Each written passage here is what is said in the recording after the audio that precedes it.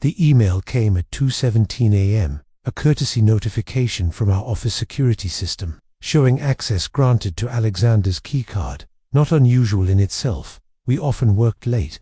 What caught my attention was the activity log that followed. Printer engaged for 47 minutes, file cabinets in the records room opened, and external hard drives connected to his workstation. I sat up in bed, fully awake now, and pulled up our cloud storage dashboard on my tablet. Multiple client files had been downloaded in the last hour, all our major accounts, representing over $4.2 million in annual revenue.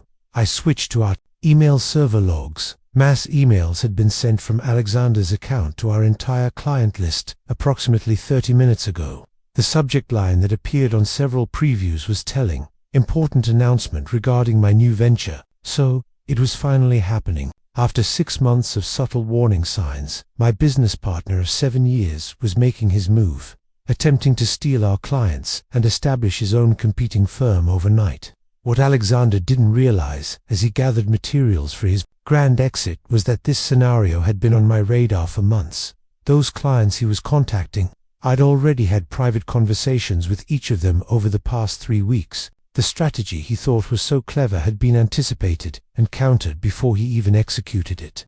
I closed my tablet, set it aside, and checked the time. In approximately 5 hours, Alexander would discover that his carefully orchestrated betrayal had already been neutralized. I could almost picture his face when the responses began coming in. Almost worth the complete breakdown of trust that had led us here. Almost. My name is Nathan Harrington, 38 years old, founder and managing partner of Meridian Financial Strategies, a boutique investment advisory firm in Chicago that we'd built from nothing to managing over $500 million in assets. I'd founded the company 8 years ago after leaving a senior position at Goldman Sachs, bringing along 3 key clients who trusted my approach to wealth management.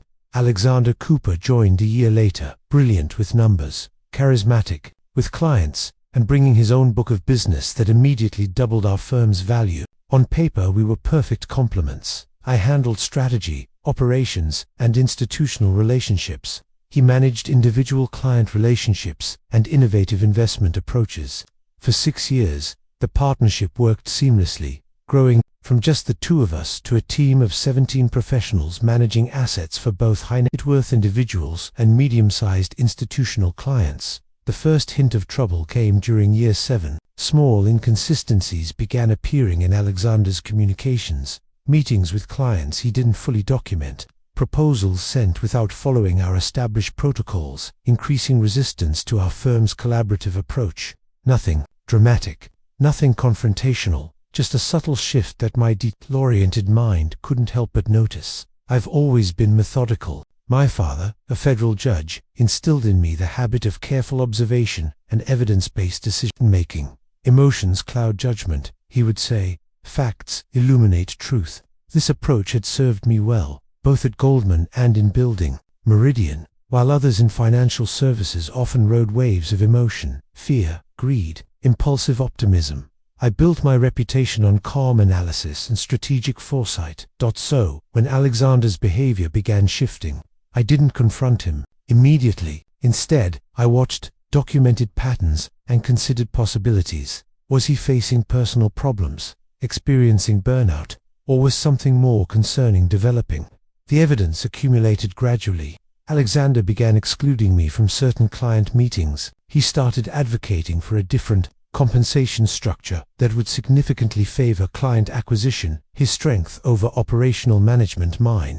He hired an executive assistant without consulting me, someone who reported exclusively to him. Most tellingly, he began registering domain names and business entities, variations of his personal brand, coupled with financial advisory terms. 3 months ago, I found confirmation. Alexander's executive assistant had inadvertently sent me an email intended for him, a draft business plan for Cooper Wealth Advisors, outlining a strategy to launch with transferred clients, representing approximately $350 million in assets, almost exactly the value of our largest clients, all of whom worked primarily with Alexander.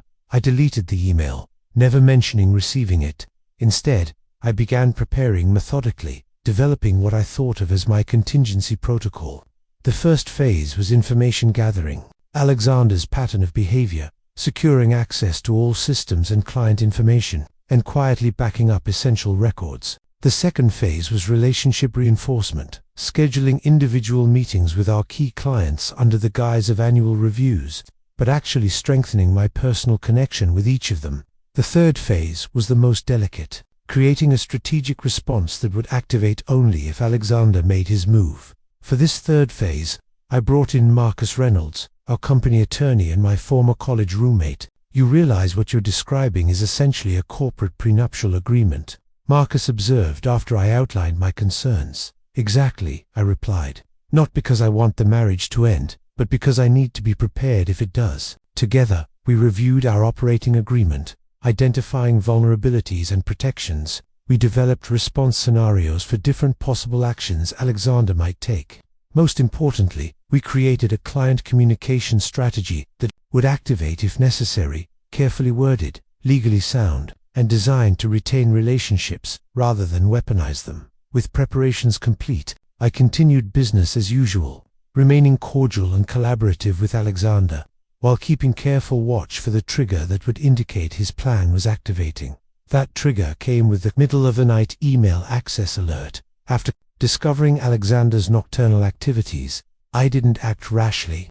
I waited until 6 a.m., then activated Phase 3 of my contingency plan. First, I sent a pre-drafted email to our entire staff, calling an emergency all-hands meeting for 8:30 a.m. Then, I contacted Marcus, updating him that our contingency plan was now active. Finally, I prepared the digital announcement that would go to all clients simultaneously at 9 a.m., timed to arrive just after Alexander's clients would be opening his new venture email. I arrived at the office at 7:45 a.m., well before most staff, but knowing Alexander would likely be there early. To manage the fallout from his announcement, as expected, his office light was on, door closed. I knocked once and entered without waiting for a response. He looked up, momentarily startled, then composed his features into a neutral expression. On his desk were stacks of folders, our client files and several branded presentation folders with what appeared to be a new logo, Cooper Wealth Strategies. "Good morning, Alexander," I said calmly, closing the door behind me. "I think we need to talk about the emails you sent." At 2:30 a.m., his expression flickered briefly, surprised that I knew already. Calculation about how to respond before settling into confident resolve. "I was going to speak with you this morning," he said. "I've decided to establish my own firm. It's been in planning for some time, 7 months, by my estimate," I replied, taking a seat across from him. Since the Westlake account negotiation, now genuine surprise showed on his face. The Westlake account, a $40 million institutional client, had been a point of tension when Alexander had attempted to restructure their fees without consulting me. "You've been tracking me," he said. Not a question, but a realization. "Observing," I corrected. "There's a difference." He leaned back, reassessing me and the situation. Alexander had always somewhat underestimated me. While he saw me as competent and detail-oriented, he'd never fully appreciated the strategic thinking that operated beneath my methodical exterior. He'd always been the visionary in our partnership. I was the operator. It was a mischaracterization I'd never bothered to correct. "The clients will make their own decisions," he said finally. "I've worked with most of them directly for years. They trust me. They trust us," I countered. "Meridian, the firm we built together. A firm where I bring in 70% of the revenue but only receive 50% of the profits," he shot back, the rehearsed argument finally emerging. "A firm where you focus on client acquisition because I handle operations, compliance, staff management, technology, and strategic planning," I replied evenly. "The division we agreed was optimal when we established our partnership." He waved this away impatiently.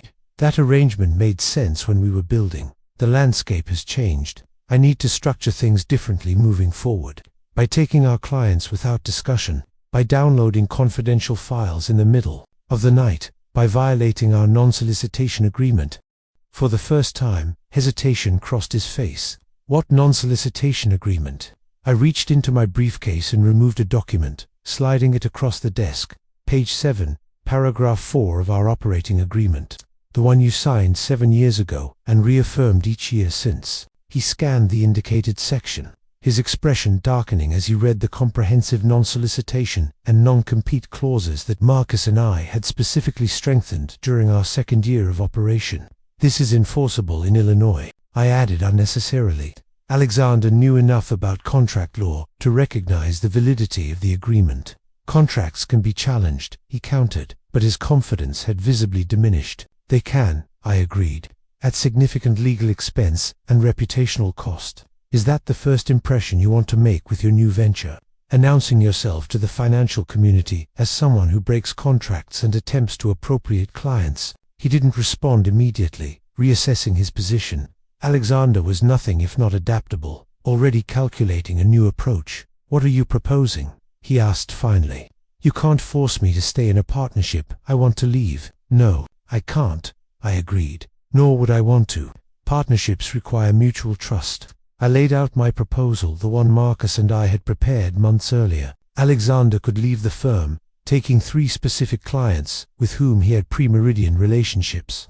All other clients would remain with Meridian. He would receive fair compensation for his equity stake, paid over 3 years, contingent on honoring the non-solicitation agreement. He could establish his new firm, but not within a 50-mile radius of our office, and not targeting our client demographic for a period of 2 years.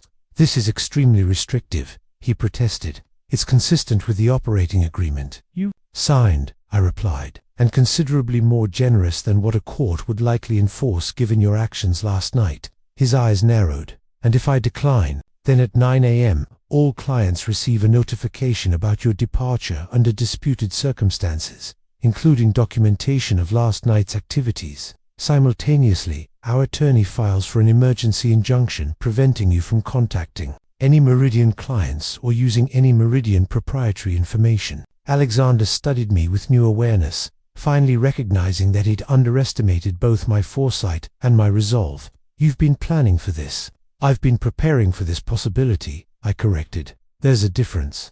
The all-staff meeting at 8:30 a.m. was brief and direct.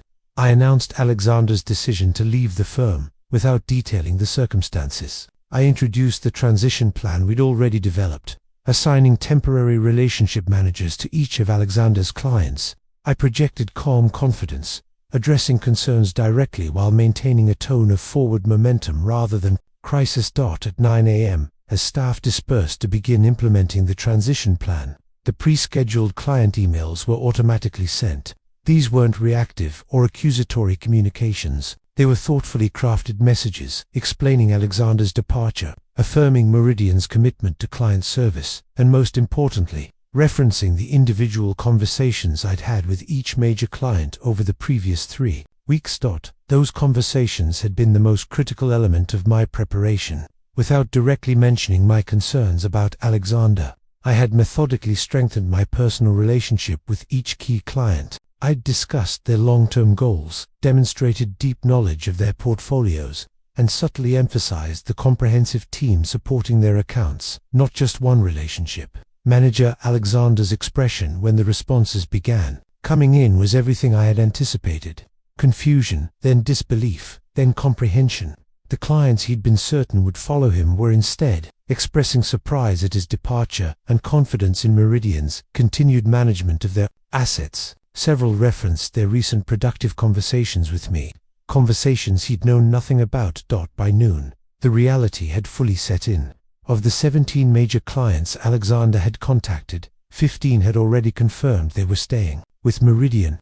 The remaining 2 were considering their options but leaning toward remaining as well. "You deliberately undermined me," he said when he came to my office later that afternoon, anger finally breaking through his calculated exterior. "I protected the firm," I corrected.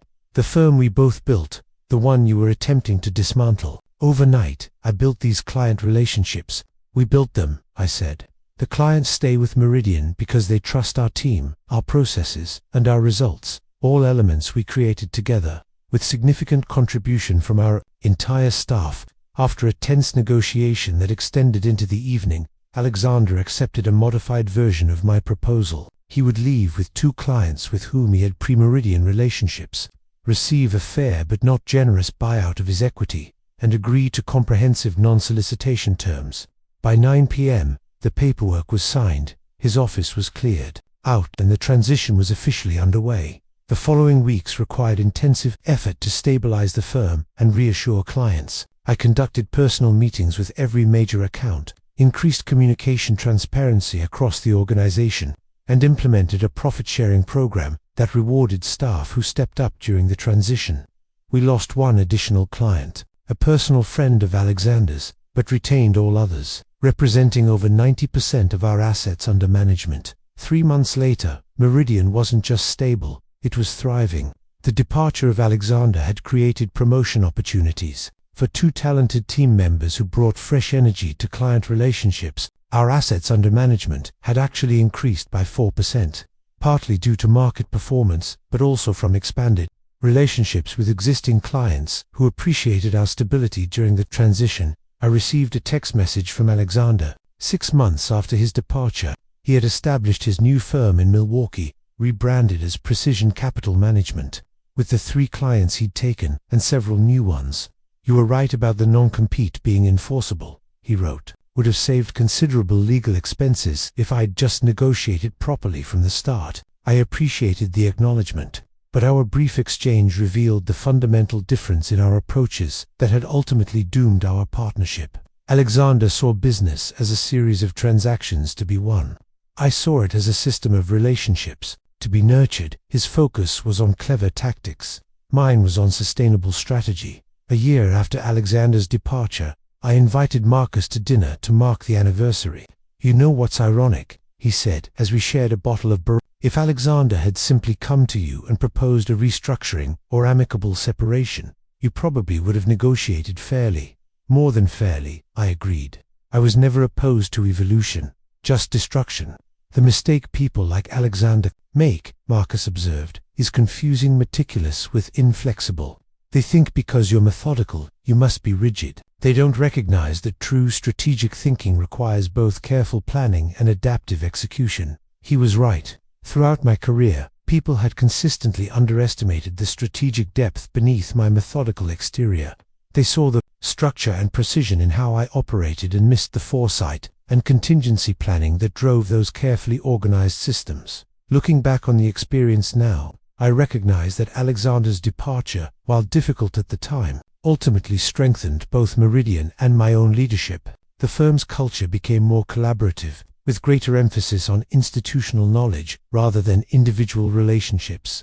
Our client retention rate during subsequent market volatility exceeded industry averages, validating our approach. My business partner tried to vanish with all our clients. What he didn't know was, I'd secured their loyalty weeks before. The experience taught me that the best defense against betrayal isn't reactive anger or even clever countermoves, it's proactive relationship building and strategic preparation. In business, as in chess, the most effective players aren't those who react most dramatically to their opponent's moves, but those who have already anticipated those moves and prepared their response long before the pieces actually shift on the board. Alexander saw client relationships as portable assets he could simply transfer to a new entity. What he failed to understand was that true client loyalty isn't attached to an individual, but to a comprehensive experience of trust, service, and results, elements we had built together but that I had quietly reinforced while he was planning. His exit, his midnight raid on our client files, had been rendered irrelevant weeks before he ever executed it. Not through confrontation, but through methodical preparation and relationship strengthening. In the end, the experience reinforced what has always been my core business philosophy: spectacular success rarely comes from spectacular actions. Rather, it emerges from consistent, thoughtful execution of a well-designed strategy, one that anticipates challenges, prepares for contingencies, and builds resilience into every relationship and system. Not as dramatic as a midnight betrayal perhaps, but ultimately far more effective.